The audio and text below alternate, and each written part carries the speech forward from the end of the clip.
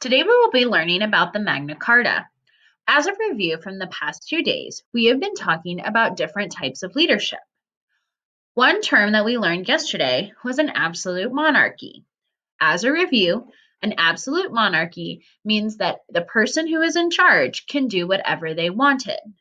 Now, this wouldn't be a really fun principle if you were the one being told what to do. It's probably not very fun being told what to do all the time. So you can imagine the people of Europe got kind of frustrated when their king told them what to do.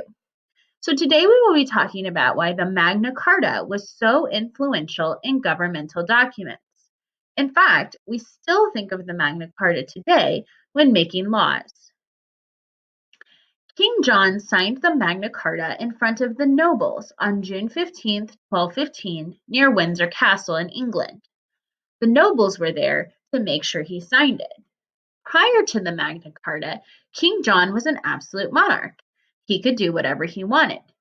Why do you think the nobles wanted to be there to see King John sign it?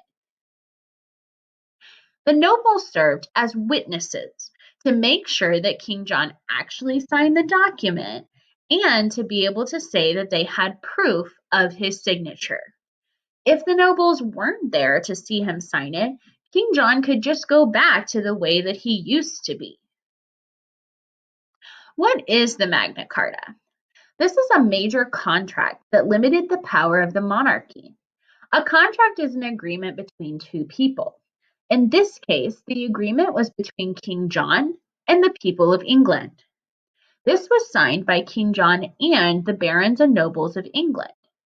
Why do you think the barons and nobles of England signed this document as well? They signed this to make sure that everyone knew that they agreed as well. In a contract, both people should agree. This was written to make sure the king followed the same laws as his nobility. If there is a law and not everyone is expected to follow it, is it really fair? The people of England felt that it was not. This was an attempt to stop the king from abusing his power. Remember, an absolute monarch can do whatever they want, so there's no one to stop them from abusing their power. Why did they need this? Well, it wasn't because they just wanted to be mean to King John.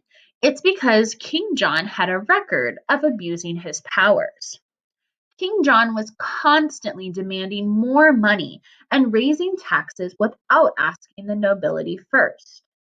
From time to time, you will see signs around independence that are advocating for a bond issue.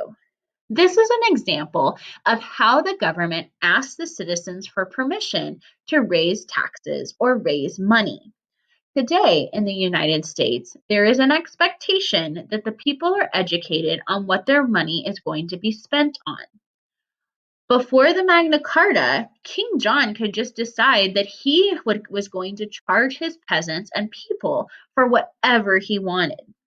Imagine today if our governor or mayor just wanted a new car and so raised everyone in Independence's taxes to pay for that new car.